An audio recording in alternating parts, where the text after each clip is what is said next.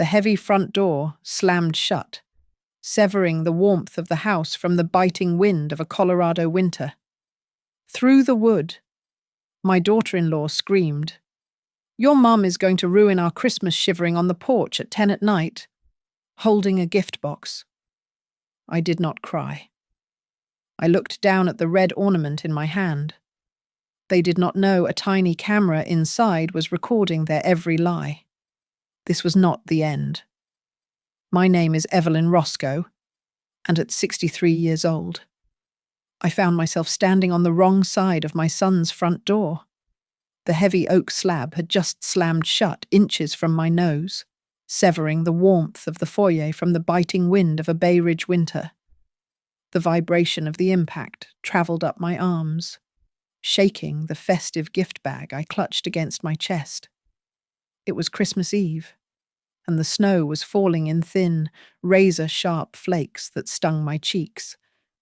But the cold outside was nothing compared to the chill spreading through my veins. Inside the house, the silence following the slam lasted only a second before it was shattered by a voice that could strip paint. "Your mum is going to ruin our Christmas." It was Lauren, my daughter-in-law. Her scream was followed by the sickening crash of ceramic hitting the floor, likely one of the expensive serving platters I had bought them for their anniversary, and the terrified wailing of my granddaughters, Emma and Lily. I stood frozen on the welcome mat, staring at the wreath hanging before me. The irony was suffocating. I was being cast out of a house that I had helped pay for. $50,000 of my hard-earned savings had gone into the down payment for this suburban dream. Yet here I was, discarded like a bag of trash before the appetizers were even served. And they had done it in front of everyone. My in-laws were in there. Michael's cousins were in there. Even Pastor Miller, whom they had invited to bless the meal, was sitting at that table. I could picture their faces. Some would be looking at their plates in awkward silence. Others, Lauren's family mostly, would be exchanging glances of performative pity, nodding along with her theatrics. The door cracked open again, just a sliver. Michael filled the gap. My son, the successful lawyer, the boy I had raised on double shifts and sacrifice, refused to meet my eyes. He stared somewhere past my left ear, his hand gripping the doorframe so tight his knuckles were white. "Mum, please go home and rest," he said, his voice flat, rehearsed. "We'll talk after the holidays. You're making everyone uncomfortable." "Michael, I please, Mum. Just go." He closed the door again, softer this time. But the click of the deadbolt sliding into place was the loudest sound I had ever heard. I turned around. Across the street, the curtains in Nora's living room twitched. Poor Nora. She must have seen the whole thing. She offered a small, confused wave, her face etched with worry. But I could not bring myself to wave back. I gripped the railing and navigated the icy steps, careful not to slip. My hip had been bothering me lately, but I refused to limp, not tonight. I reached my old sedan parked at the curb, the engine block already freezing over. I tossed the gift bag onto the passenger seat. Inside was a doll for Emma and a red velvet ornament for the tree. To anyone else, it was just a decoration. To me, it was insurance. I did not cry. Tears were for the helpless, and as I sat in the driver's seat, surrounded by the dark, silent interior of my car, I knew I was anything but helpless. My hands trembled, not from sorrow, but from adrenaline. I pulled my phone from my coat pocket and opened the app I had installed only hours ago. The screen flickered to life. The camera feed was crisp, the audio clear. There, in the center of the living room, Hanging innocuously on the lower branch of the Christmas tree where I had placed it moments after arriving was the red ornament. Through its lens, I saw the aftermath. Lauren was standing by the dining table, smoothing her velvet dress, composing her features into a mask of tragic endurance. She addressed the room, her voice trembling with fake sorrow. "I am so sorry. Everyone," she said, dabbing at a dry eye. "We tried to keep it private. But Evelyn isn't well. She hasn't been taking her medication. She gets these hallucinations. Thinks people are stealing from her. It's becoming dangerous for the girls." I watched Michael nod slowly in the background, validating her lie. "It's true," he mumbled, pouring himself a drink. She's losing her grip on reality." I sat there in the cold, watching the screen, listening to them dismantle my reputation, my sanity, and my life to justify their greed. I glanced at the digital clock on my dashboard. It was 7 minutes past 10 at night. "It is okay," I whispered to the empty car, my voice steady and cold. "Keep talking. Lauren, keep digging. Tonight isn't the night you kicked your mother-in-law out. Tonight is the night you signed your own sentence. To understand why I sat in a freezing car watching my family betray me on a smartphone screen, you have to understand who I was before I became just Michael's mother. I am 63 years old, a woman carved from the stubborn bedrock of the Midwest, transplanted here to Bay Ridge decades ago. I am not some fragile antique that needs dusting. For 30 years, I was a night nurse, scrubbing bedpans and holding the hands of dying strangers while the rest of the world slept. When my knees finally gave out, I did not retire to feed pigeons. I opened Thread and Tide, a small sewing and alteration shop on Main Street that turned a profit even when the economy tanked. I learned to be tough out of necessity. My husband, Daniel, died of a massive stroke when we were both pushing 50. 1 minute he was complaining about the snow shovel, and the next, he was gone. He left me with a broken heart, a mountain of medical bills, and a teenage son named Michael. I did not crumble. I worked double shifts until my eyes burned. I refinanced the house, took a risk, and bought a rundown duplex near the river. I lived in one half and rented out the other. Over 15 years, that building became my nest egg, fully paid off and generating income. It was my blood, sweat, and tears turned into bricks and mortar. Christmas was the glue that held us together through those lean years. I remember coming home at 7 in the morning, smelling like antiseptic and exhaustion, but I would still stay up to bake gingerbread men because Michael loved them. Even when it was just the two of us, eating store-bought ham under a tiny tree decorated with popcorn strings and cheap lights. We had peace. We had each other. I poured everything into that boy. I paid for his prep school. I supported him through law school. When he passed the bar, I gave him the ground floor of my duplex rent-free to open his own practice, the Bay Ridge Justice Group. I was so proud I could burst. I thought we were a team. Then came Lauren. She was not like the girls Michael used to date. She was a marketing manager for a tech firm called Bright Vista Digital. She had perfectly highlighted blonde hair, teeth that were blindingly white, and she spoke in a language of optics and brand synergy. The first time Michael brought her home for dinner, she looked around my cozy, cluttered living room like she was inspecting a zoo exhibit. "It is quaint," she had said, her smile not quite reaching her eyes. "Very rustic." The erasure of Evelyn Roscoe did not happen overnight. It was a slow, subtle erosion.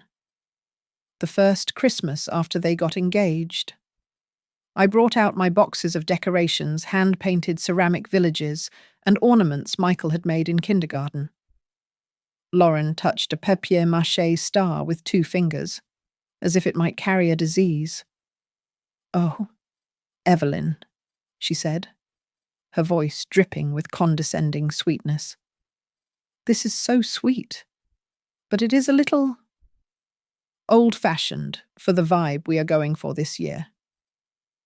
Why don't you let us handle the decor? You have worked hard enough. I let it slide. I wanted them to be happy." When they got married, I wrote a check for $60,000 to help them with the down payment on a sprawling ranch-style house in Maple Grove. I told myself I was investing in their future. I put their names on the deed, not mine.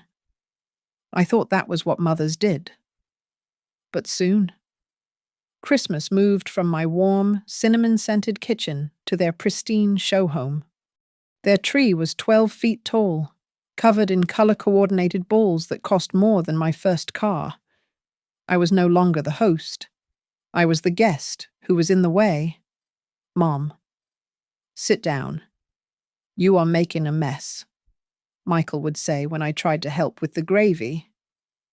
"Evelyn, really, grab a wine and relax. We have this covered," Lauren would chime in, steering me out of her stainless steel kitchen. I tried to adjust. I tried to be the modern, low-maintenance grandmother. But the moment that truly broke something inside me happened last year. I was in their hallway, looking for the bathroom, when I heard Lauren on the phone in the bedroom. The door was ajar. "No, I can't do drinks tonight," she was saying, laughing softly. "My mother-in-law is here." "Yeah, I know. Michael's mum means well, but she is a lot during the holidays. It is exhausting just smiling at her." I stood there, my hand hovering over the door handle. A lot. Exhausting.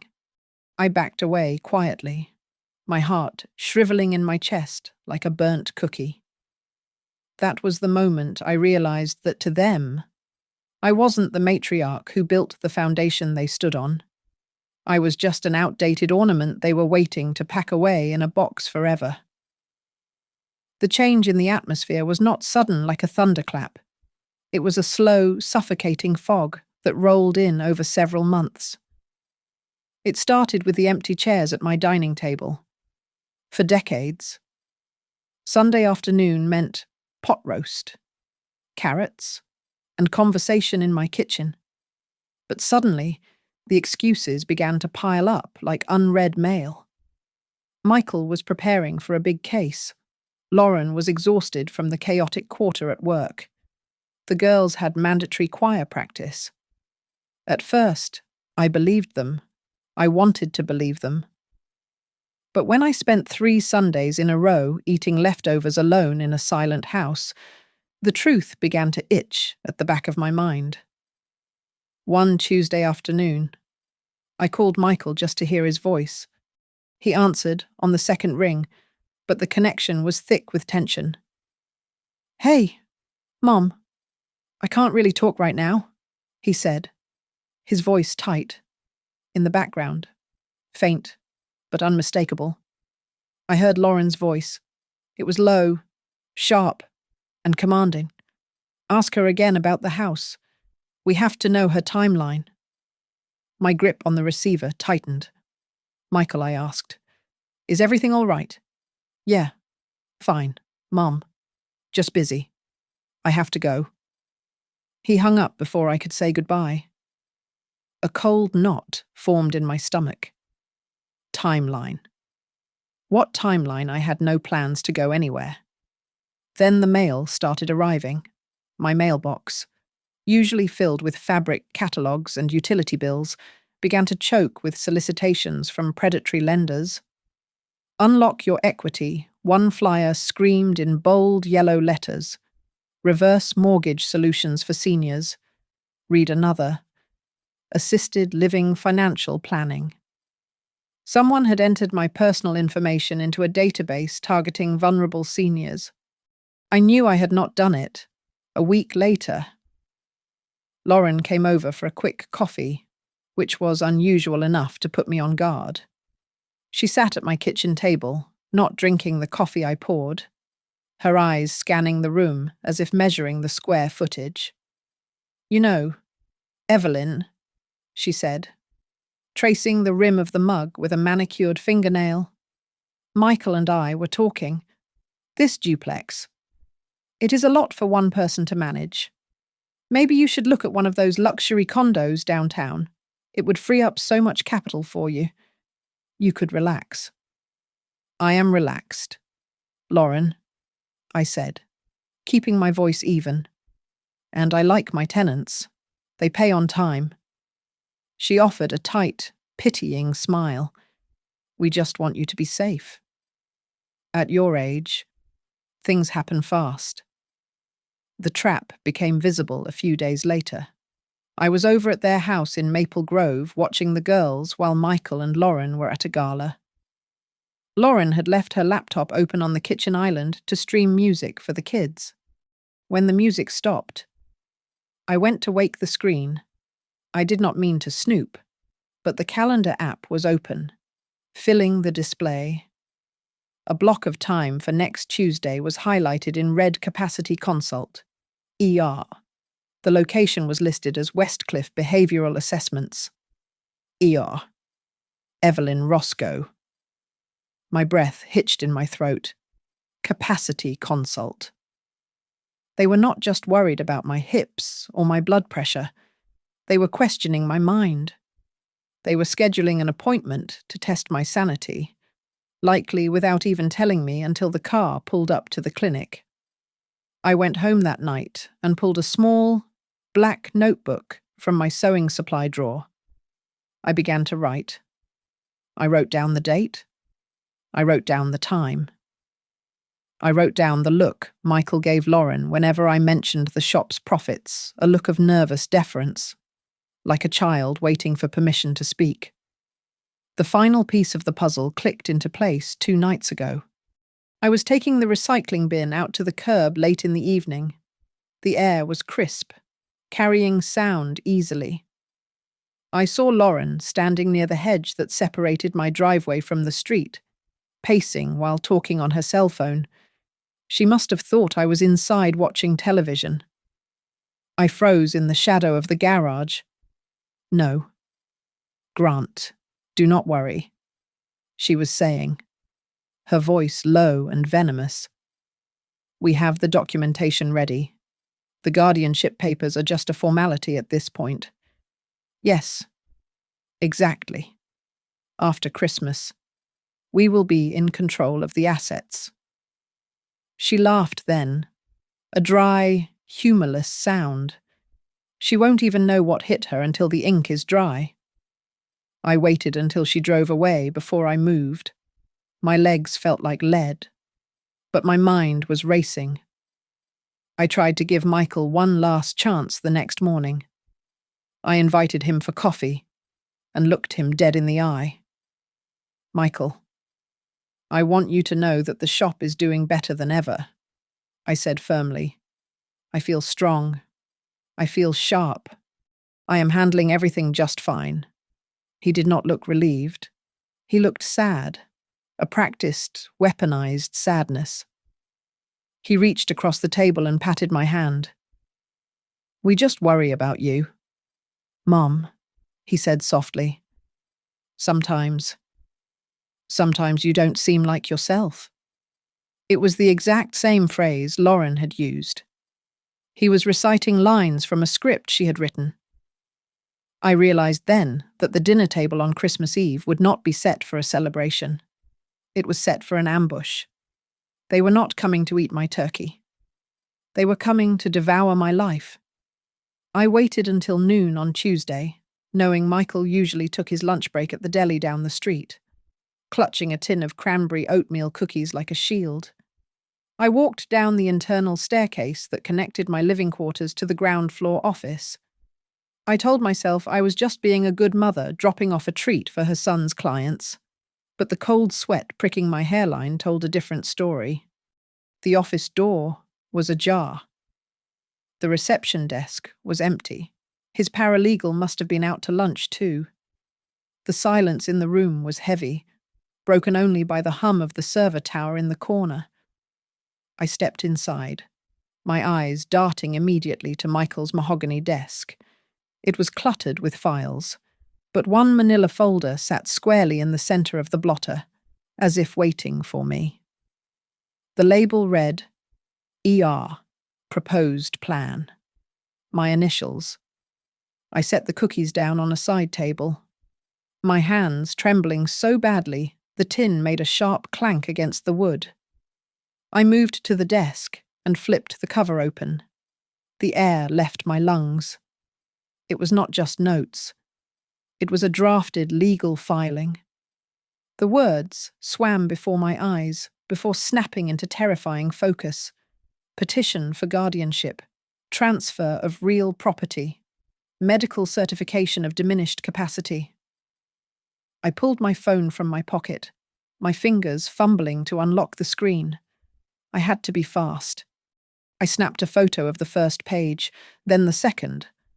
My heart hammered against my ribs like a trapped bird, loud enough that I feared it would summon Michael back from his sandwich. On page 3, I saw the timeline. The duplex, my home, my investment. My security was listed as an asset to be transferred into Michael's control within 60 to 90 days following the Christmas holiday. They had a schedule. They had a deadline.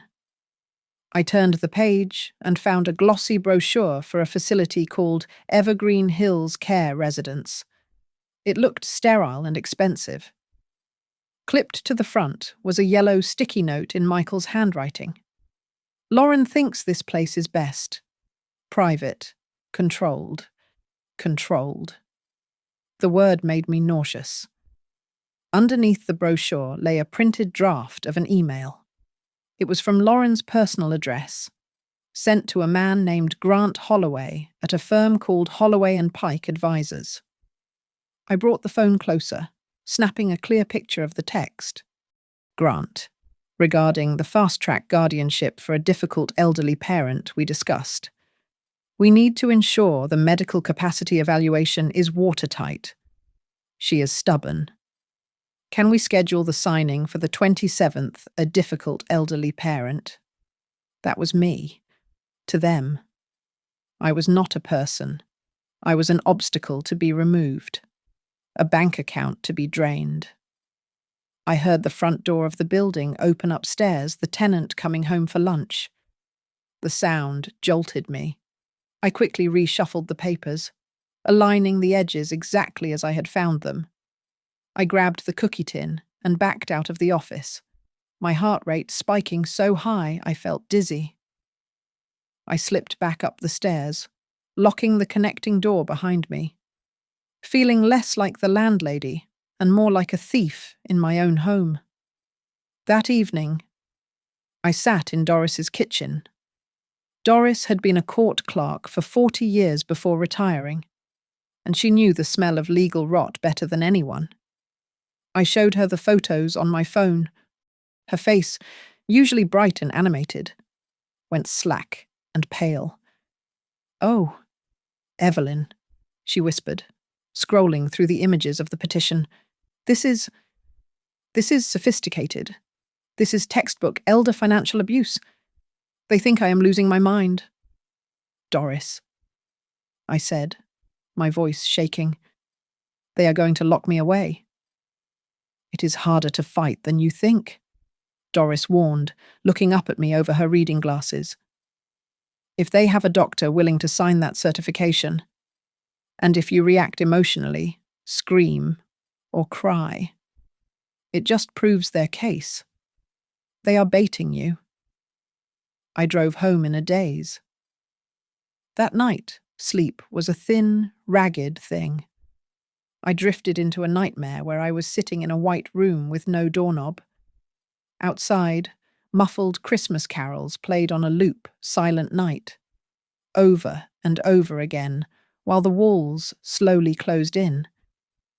I banged on the glass, screaming for Michael, but he just stood on the other side, holding a clipboard, checking off boxes. I woke up gasping, my sheets damp with sweat. The digital clock read 3 in the morning. I sat up, the terror of the dream slowly hardening into something cold and sharp. I had spent 30 years as a nurse. I had read thousands of charts. I knew that the difference between a diagnosis and a misdiagnosis often lay in who was telling the story. If they want to play the law, fine. I whispered to the darkness of my bedroom. But they forgot one thing. I know how to read a chart better than they do. And I know exactly how to spot a malpractice suit in the making. Doris did not just give me sympathy, she gave me a weapon. Her name was Alicia Monroe, a sharp-eyed attorney at the Harborstone Legal Collective downtown. She was about 40 years old, with a no-nonsense bob cut and a desk that looked more like a battlefield commander's map than a lawyer's workstation. I sat across from her, my hands folded tightly over my purse. I laid out everything: the photos of the proposed plan file, the overheard conversation by the hedge, the capacity consult appointment Michael had hidden from me, and the terrifying brochure for the Evergreen Hills facility. Alicia studied the image of the guardianship petition on my phone screen. She did not look shocked. She looked angry. "Ms. Roscoe," Alicia said, leaning forward, her voice low and serious. "What you are describing fits the exact profile of elder financial abuse. It is. It is a systemic strategy.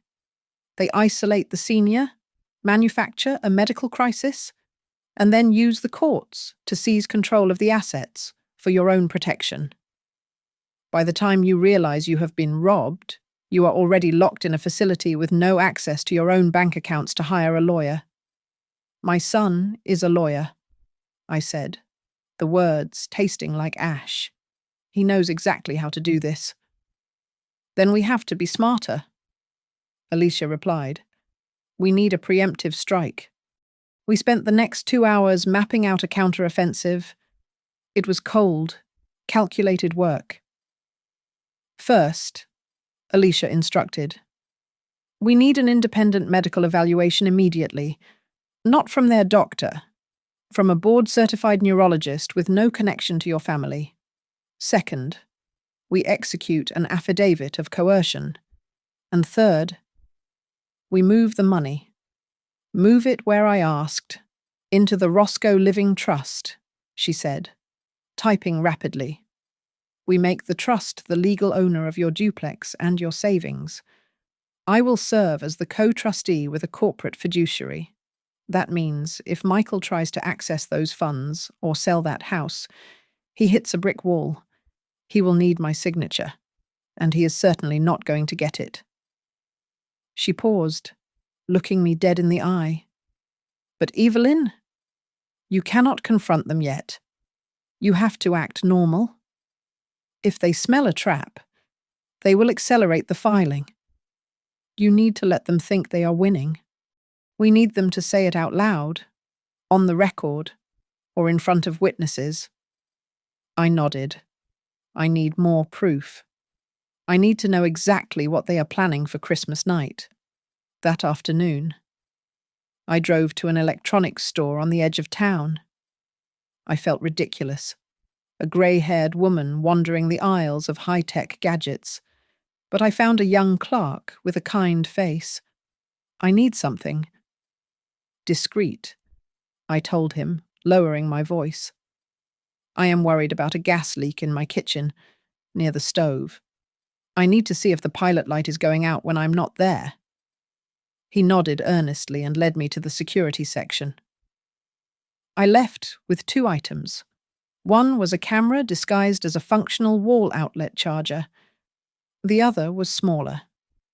A tiny lens embedded in what looked like a generic black decoration, but with a little black paint and some glitter glue. I knew I could mask it inside a red Christmas ornament. The next morning was the hardest part. I went to the neurologist Alicia had recommended, I sat through hours of memory tests, logic puzzles, and reflex exams. I drew clocks. I repeated number sequences, and I explained complex, abstract concepts. When the doctor finally sat down with his clipboard, my heart was hammering against my ribs. "Mrs.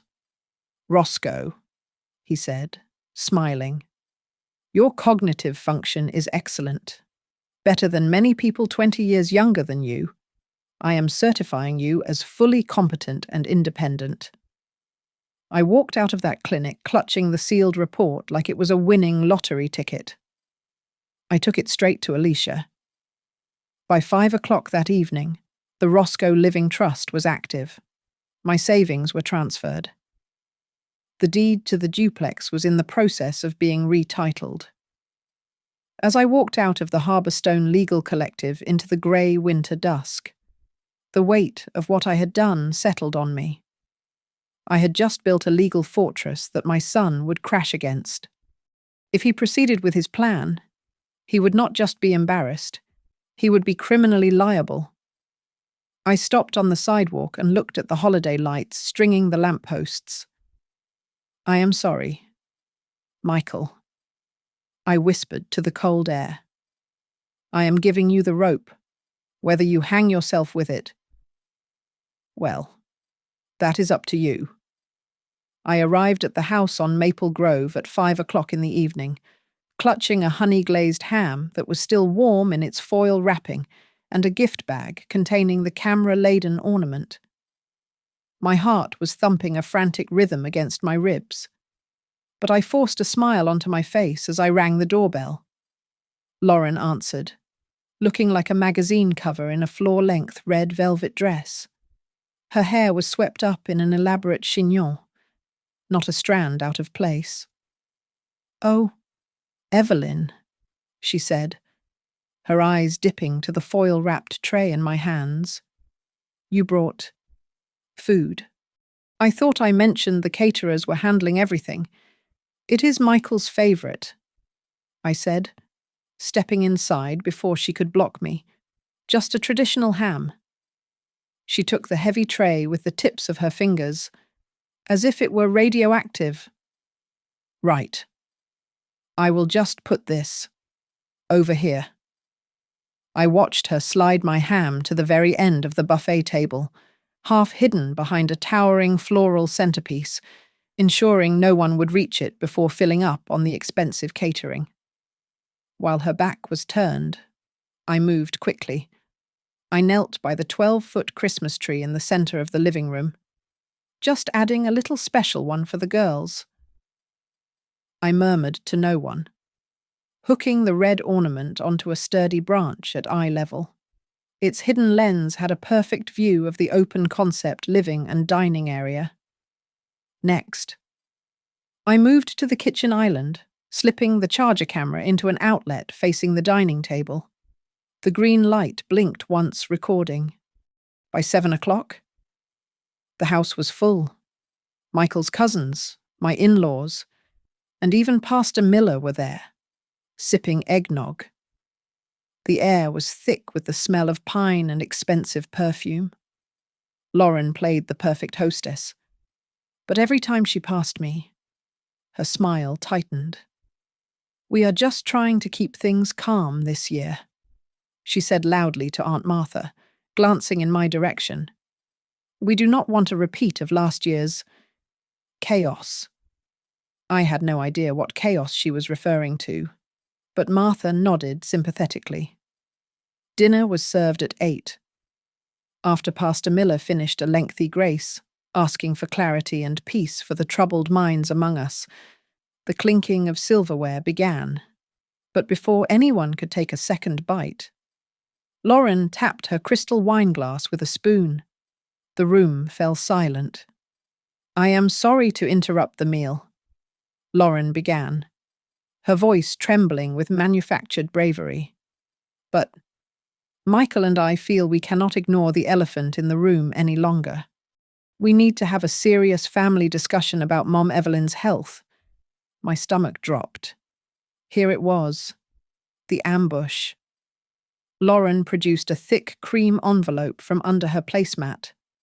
We received the preliminary assessment from Dr. Vane today, she said, citing a doctor I had never met. It is hard to hear, but Evelyn is showing significant signs of cognitive decline, confusion, paranoia. The doctor believes she is a danger to herself, living alone in that big duplex. A murmur went through the table. Eyes turned to me, pitying, judging, fearful. Michael cleared his throat, refusing to look at me. We just want what is best for you, Mom. We found a place called Silver Crest Residence.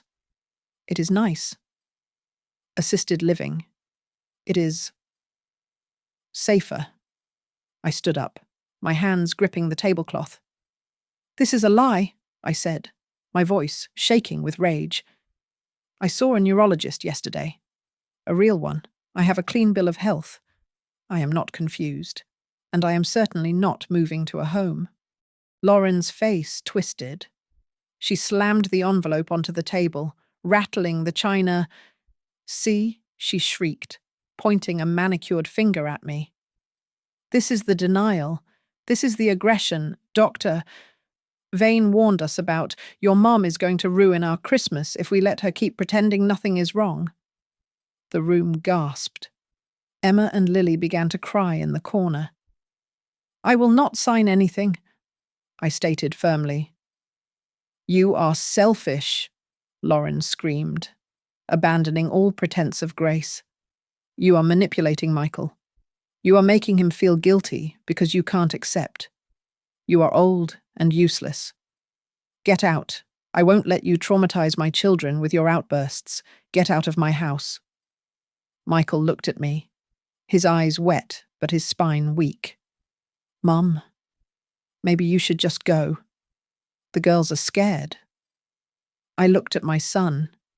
I looked at the daughter-in-law who was panting with fake exertion. And then I looked at the red ornament hanging silently on the tree. Fine, I said. I walked to the door. Behind me, I heard Emma sobbing. Grandma, followed by Lauren's sickeningly sweet cooing. It is okay, sweetie. Grandma is just having an episode. I stepped out onto the porch. The door slammed shut behind me with a finality that echoed in the cold night air. I checked my watch. It was exactly 10 o'clock at night. I was alone in the snow, humiliated and discarded. But as I walked to my car, I felt a fire burning in my chest. They thought they had just ended me. They had no idea they had just given me the starring role in the evidence video that would destroy them. The neon sign of the Starlight Motel buzzed with a dying flicker, casting a sickly yellow light onto the wet asphalt. I parked my sedan in the shadows, far away from the front office, and checked in under the name Mary Smith, just as Alicia and I had discussed. The room was exactly what $40 a night bought you in Bay Ridge.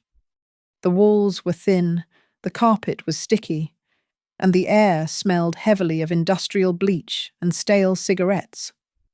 But the Wi-Fi signal was strong, and right now, that was the only luxury I required. I sat on the edge of the sagging mattress, still wearing my coat, and pulled out my phone. I took a deep breath, steeling myself against the cold knot in my stomach, and opened the security app. The screen illuminated the dark room. It was like looking through a window into a different universe.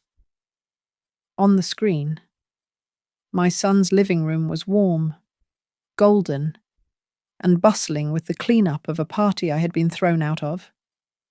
Through the lens of the ornament camera, I watched Lauren holding court near the fireplace.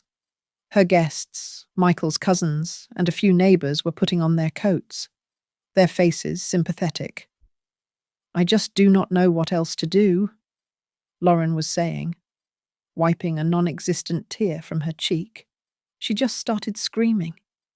We tried so hard to make this night perfect for the girls. But she is so unstable. I watched in silence as the last of them filed out, leaving the house quiet. Michael went upstairs, presumably to put the girls to bed. Downstairs. The performance dropped instantly. Lauren walked to the kitchen island, right into the frame of the outlet camera. She poured herself a glass of wine, filling it almost to the brim. She pulled out her phone and made a video call. I could not see the screen, but I saw her face soften into a smile I had never seen her direct at my son. She whispered something, laughed, and then hurriedly hung up as footsteps creaked on the stairs. A moment later, the back door opened.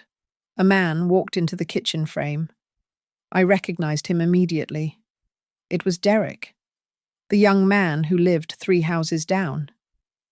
Lauren had always introduced him as the handy neighbor who helped with the lawn, but neighbors do not greet each other the way they did. Derek walked right up to her, invading her personal space, and Lauren did not step back. She leaned into him. "Did the old lady leave?" Derek asked, his voice clear on the audio feed. "Kicked her out an hour ago," Lauren said, taking a long sip of wine. It was pathetic, but effective. Everyone saw her lose it. "And the timeline, Grant, has it all set up," Lauren replied, her voice dropping to a conspiratorial purr. "The papers are ready for the 27th, once she is declared incompetent. Michael gets the guardianship. We sign the transfer on the duplex, flip it to the holding company Grant set up, and we are cash rich by February." My hand flew to my mouth. They were not just taking the house. They were flipping it. They were going to sell my life's work for quick cash. "What about Michael?" Derek asked. "He won't get cold feet." Lauren laughed, a cruel, sharp sound. "Michael does what I tell him to do. He thinks we are doing this to pay off his law school debts. He has no idea about us, and he won't know until I file the divorce papers from a beach in Mexico." I felt physically ill. I watched as Michael walked into the kitchen, looking haggard. He was holding a thick folder, the guardianship petition. Derek quickly stepped back, leaning against the counter casually. "Hey, buddy," Derek said. "Just came to check on you guys. Saw Evelyn leave in a hurry?" "Yeah," Michael muttered, rubbing his temples. He looked at the file in his hands. "Lauren, I don't know about the nursing home. Evergreen Hills seems extreme. Maybe we can just get in home care." Lauren moved instantly, placing a hand on his chest. "Michael, baby, look at tonight. She is dangerous. The nursing home is just a backup, a safety net. We just need the legal authority to protect her assets. Trust me." Michael sighed, defeated. "Okay. We sign the papers with Grant on the 27th. Good," Lauren said. She turned to her laptop on the counter. "Now, let me just log into her bank account. I need to make sure she has enough liquid cash to cover Grant's retainer fee. I have her password saved from when I helped her set up the Wi-Fi." I sat up straighter in the motel room. "Go ahead." "Lauren." I thought, "Try it." On the screen, Lauren typed on the keyboard. Then she stopped. She hit the enter key again, harder. "What the hell?" she snapped. "What is it?" Michael asked. "It says, access restricted," Lauren said, her voice rising in panic. "It says the account has been transferred to a trust entity. I can't access the funds." What Michael moved to look at the screen. "That's impossible. Mum doesn't have a trust." "She did something," Lauren hissed, her face contorted with rage. "That sneaky old witch, she moved the money." "Maybe it is a glitch," Derek suggested nervously. "It is not a glitch." Lauren slammed the laptop shut. "She is plotting something. Okay, fine. If she wants to play games, We play harder. We use the psych report. Grant says if Dr. Vane testifies she is paranoid and hiding assets due to dementia, the judge will freeze everything and grant us emergency control anyway. I had heard enough. I stopped the recording. My hands were shaking, not from fear, but from a cold, hard fury. I saved the clip and attached it to an encrypted message to Alicia. I typed 2 sentences. They just told us their entire plan under my Christmas tree. Your move, counselor. Christmas morning broke over Bay Ridge with a blinding, ironic cheerfulness, while families across the city were unwrapping presents and drinking cocoa. I was sitting in the conference room of the Harborstone Legal Collective, watching the destruction of my family on a 40-inch monitor. Alicia sat beside me, her face illuminated by the cold blue light of the paused video frame. It was the shot of Lauren and Derek in my kitchen, plotting to sell my home and flee to Mexico. This is not just grounds for a civil suit. Evelyn, Alicia said, her voice quiet and hard. This is conspiracy to commit fraud. It is elder abuse. And because they discussed crossing state lines with the money, we might even be looking at federal charges. We spent the next 3 hours dissecting the footage. Every sentence Lauren spoke was a nail in her coffin. Every nod of agreement from Michael was a betrayal that stung worse than a physical slap. By noon, Alicia had filed an emergency petition with the county court, effectively blocking any guardianship filings until a formal investigation could be launched. She attached my independent medical report and a sworn affidavit stating that I was being coerced.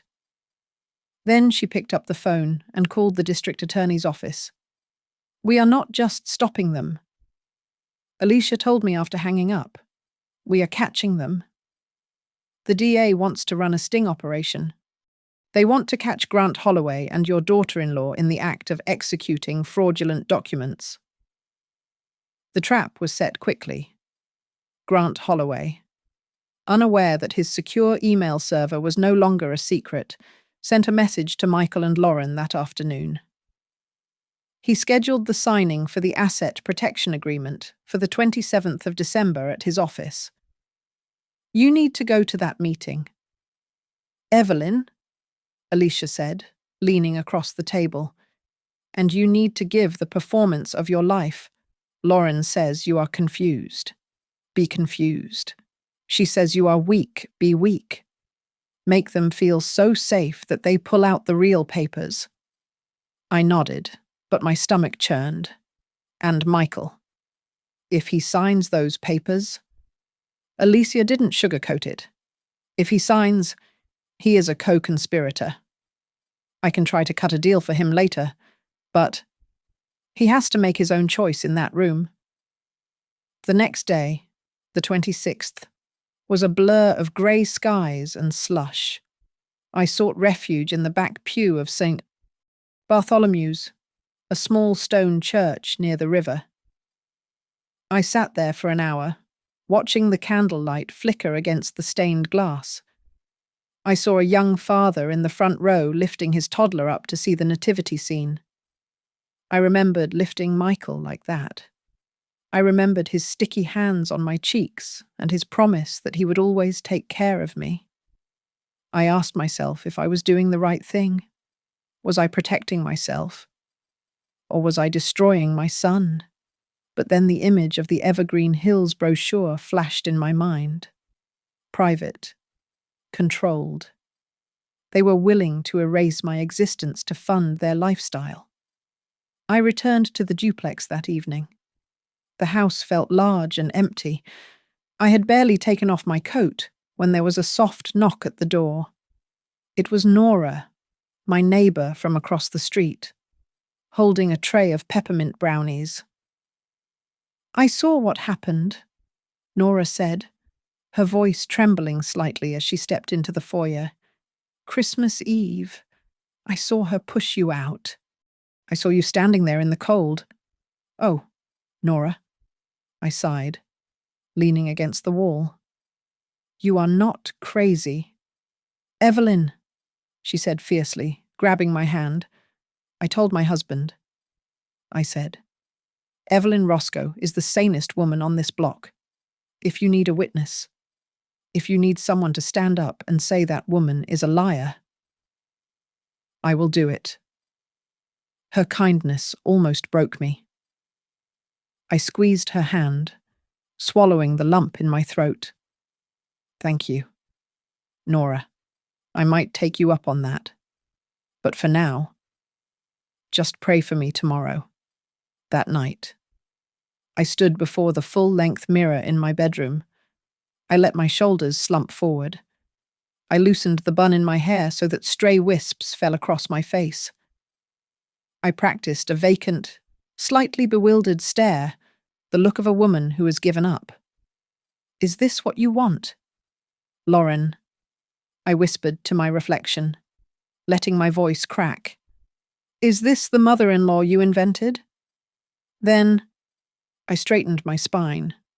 My eyes sharpened, the confusion vanishing instantly, replaced by a gaze of cold, tempered steel. Tomorrow, I said to the empty room, we will show them a different kind of confusion, the kind where they can't figure out how the hunter became the prey. On the morning of December 27th, I walked into the lobby of Holloway and Pike Advisors.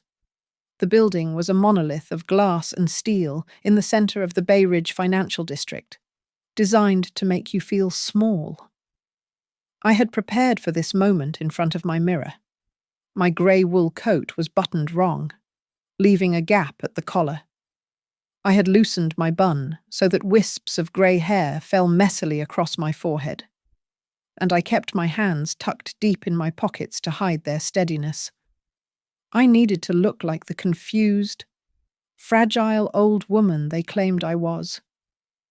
The conference room on the 40th floor smelled of expensive leather and arrogance. When the receptionist opened the door, Lauren beamed at me from the far end of a mahogany table. She was wearing a cream-coloured business suit, looking every inch the concerned, responsible daughter-in-law. Grant Holloway, a man with a tan that looked painted on, stood up and extended a hand. Mrs. Roscoe, Grant said, his voice oozing practiced sympathy. So glad you could make it. Please, have a seat next to Michael. Michael sat on my right. He looked terrible. There were dark circles under his eyes, and he was staring at his cuticles as if they held the secrets of the universe. In front of him sat a stack of documents 3 inches thick, even upside down. I could read the bold headings Transfer of Deed, Durable Power of Attorney, and Petition for Guardianship.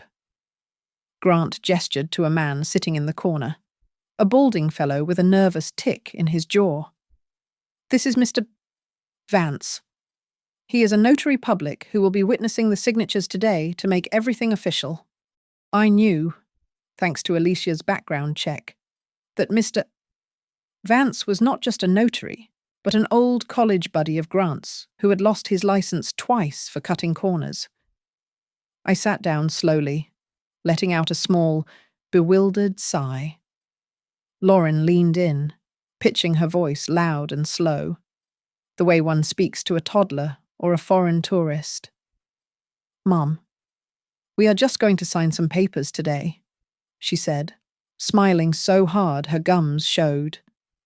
This is just to help us take care of you, you know, so Michael can handle the bills and the doctors. We don't want you to have to worry about anything. She paused, her eyes narrowing slightly.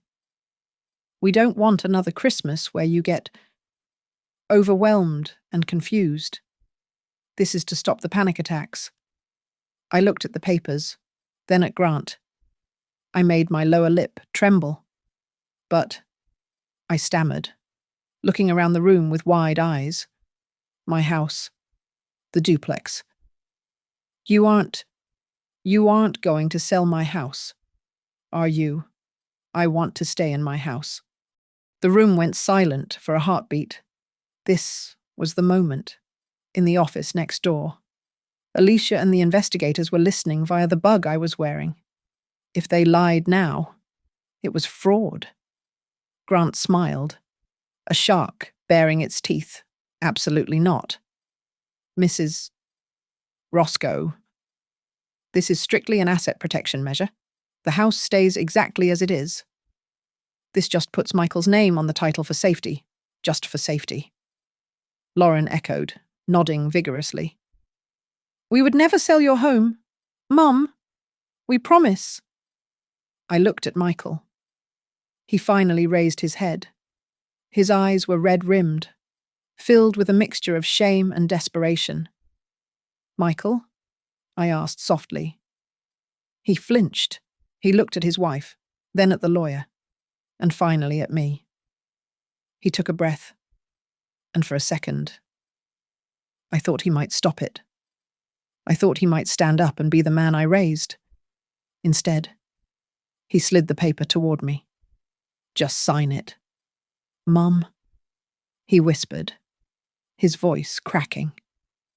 It's easier this way. Please. My heart turned to stone. Okay, I said, if you say so. Mikey. I picked up the heavy fountain pen Grant offered. My hand shook, partially an act, partially the sheer adrenaline of the kill. I signed my name on the first page, then the second. I signed the transfer of the deed. I signed the guardianship request. I committed the act that sealed their intent. Grant gathered the papers quickly, sliding them toward Mr. Vance. All right, Vance, Grant said. Stamp them. Mr. Vance raised his heavy metal seal. He positioned it over my signature on the deed transfer. The door to the conference room burst open with a force that rattled the glass walls. Stop. Alicia Monroe strode in, followed closely by a woman with a legitimate notary seal, an investigator from Adult Protective Services wearing a badge, and the deputy district attorney. The room erupted. Mr. Vance dropped his stamp. Lauren jumped to her feet, her face twisting from faux concern to ugly rage. Who are you? Lauren shrieked. You can't just barge in here. This is a private meeting. Grant Holloway, the deputy DA, announced, his voice booming. We are intervening in this transaction due to probable cause of elder financial abuse, conspiracy to commit fraud, and forgery. Grant turned pale, stepping in front of the papers. This is outrageous. These are privileged attorney-client communications. I will have your badge for this. There is no privilege when the attorney is aiding in a crime, Alicia said, stepping up to the table. She looked at me, and I dropped the act instantly. I sat up straight, buttoned my coat properly, and looked Grant in the eye with icy clarity. And I did not consent to his representation. I said clearly, my lawyer is Ms. Monroe? Michael sat frozen, his mouth slightly open, looking back and forth between me and the police. Mom, he croaked. What is going on? The APS investigator stepped forward. He did not speak. He simply opened a folder and fanned out a series of high-resolution photographs onto the mahogany table. They were stills taken from the camera in my Christmas ornament. There was Lauren, wineglass in hand, smiling. There was Derek, leaning close. There was the time-stamped transcript of their conversation about selling my house and fleeing to Mexico with the cash. Lauren looked down at the photos, her face drained of color, leaving her makeup looking like a grotesque mask. You, she hissed, looking at me. You recorded us. You said I was confused. Lauren, I said, my voice steady and sharp. You were right. I was confused about how a mother could love a son who would let his wife steal his mother's life. But I am not confused anymore. The deputy DA motioned to the officers waiting in the hallway. Lauren Roscoe, Grant Holloway, you are under arrest. As the officers moved in to handcuff a screaming Lauren, I looked at Michael. He was still sitting in his chair. The photos of his wife's betrayal spread out before him, the ink of his own betrayal drying on the contract. He looked at me, pleading, waiting to see if the handcuffs were coming for him too. The chaos of the arrest faded into the sterile silence of a private interview room. I sat at a metal table with Alicia and the deputy district attorney, a man who looked like he had seen everything but was still surprised by the depth of human greed. We have enough to put Lauren Roscoe and Grant Holloway away for a significant amount of time, the deputy DA said, sliding a folder across the table. Fraud, conspiracy, forgery. But there is something else you need to know. Mrs. Roscoe. He opened the file to reveal a secondary contract, one found in Grant's briefcase. We found a pre-signed agreement between Lauren and a shell company managed by her lover, Derek, he explained. The plan wasn't just to take guardianship. The minute the deed was transferred to Michael's control, Lauren had power of attorney to sell the duplex immediately. She was going to liquidate the asset, file for divorce, and leave Michael with nothing but a massive capital gains tax bill and a mother in a nursing home. I felt the blood drain from my face. My son was not the mastermind. He was the getaway driver for a robbery he did not even know was happening. Michael is currently in holding, Alicia said softly. Because he signed the initial petition, he is technically a co-conspirator, but given that he was also being defrauded, we can offer a deal. If he testifies against Lauren and Grant, we can recommend a suspended sentence and community service. But it is up to you, Evelyn. Do you want to press full charges against him too? I closed my eyes. I saw the little boy who used to make me construction paper cards. I saw the man who had sat silently while his wife called me crazy. I want to see him, I said. They brought Michael in. He looked 10 years older than he had that morning. His tie was gone, his shirt was rumpled, and his eyes were swollen.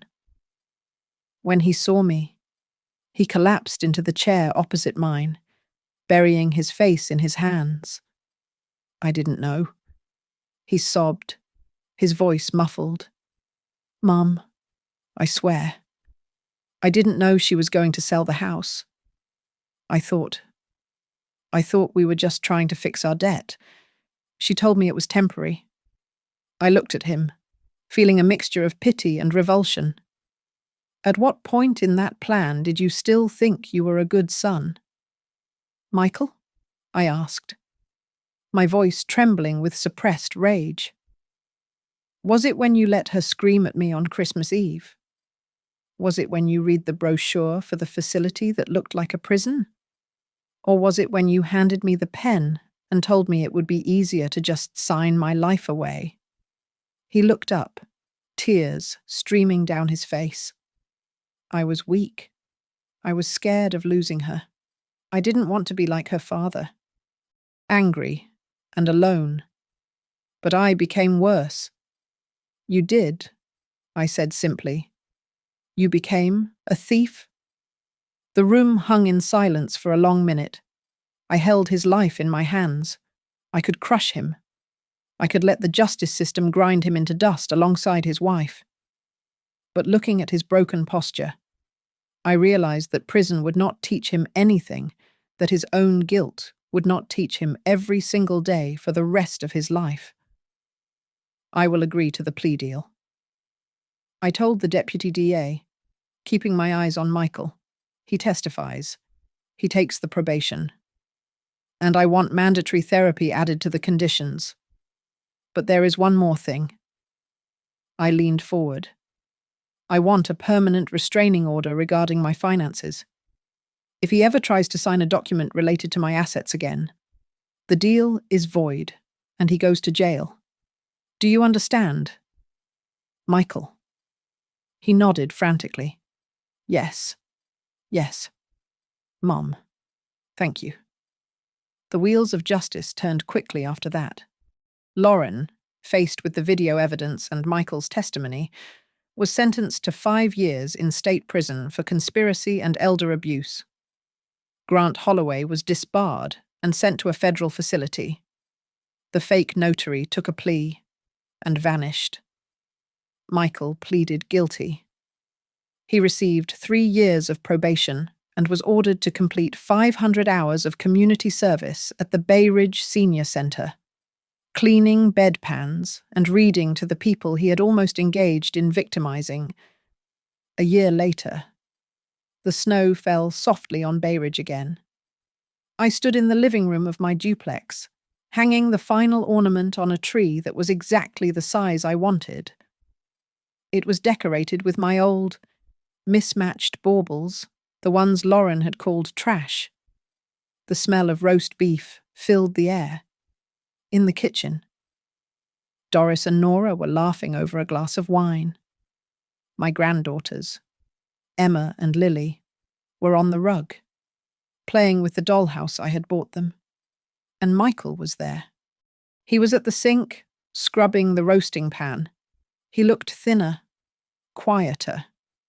He had lost his big house in Maple Grove and was living in a small studio apartment, working as a paralegal for a legal aid clinic. He was allowed to visit, but he knew the rules. He was a guest. He dried his hands and walked over to me, looking at the tree. "It looks beautiful." "Mum?" he said softly. "It does," I replied, adjusting a ceramic angel. I brought you a card," he said, reaching for his pocket. "No money, just a letter. Put it on the mantel," I said, not looking away from the tree. I did not tell him I loved him. I did not tell him I forgave him. Those words were heavy, and I was not ready to carry them yet.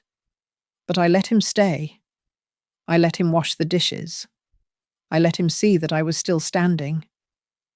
As I looked at the red ornament reflecting the warm lights of the room, the same ornament that had saved my life, I realized I wasn't happy in the way fairy tales describe. But I was safe. I was whole. And I was the queen of my own castle. If anyone ever stood up again and screamed, "Your mom is going to ruin our Christmas," they would find out that this mom knew exactly how to ruin them right back. Thanks so much for hanging out with me and listening to my story. I'd love to know where you folks are tuning in from. So drop your city or country in the comments below. It is always amazing to see how far these stories travel. If you enjoyed this ride, please smash that like button, hit the hype button to help more people find this video, and don't forget to subscribe to Grandma's Family Diary for more tea. See you in the next one.